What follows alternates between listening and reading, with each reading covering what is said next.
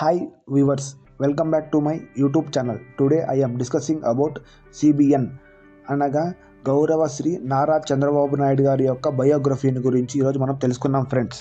ఈయన ఏప్రిల్ 20న 1950లో నారావారిపల్లెలో చిత్తూరు జిల్లాలోని జన్మించారు ఫ్రెండ్స్.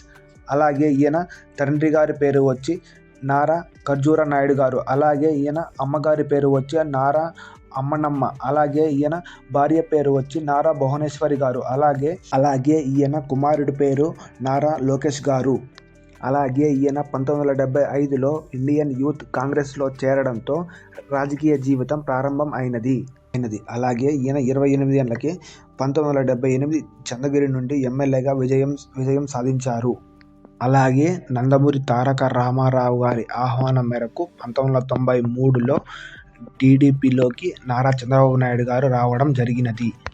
అలాగే ఈయన 1995లో తొలిసారిగా ముఖ్యమంత్రిగా బాధ్యతలు చేపట్టారు.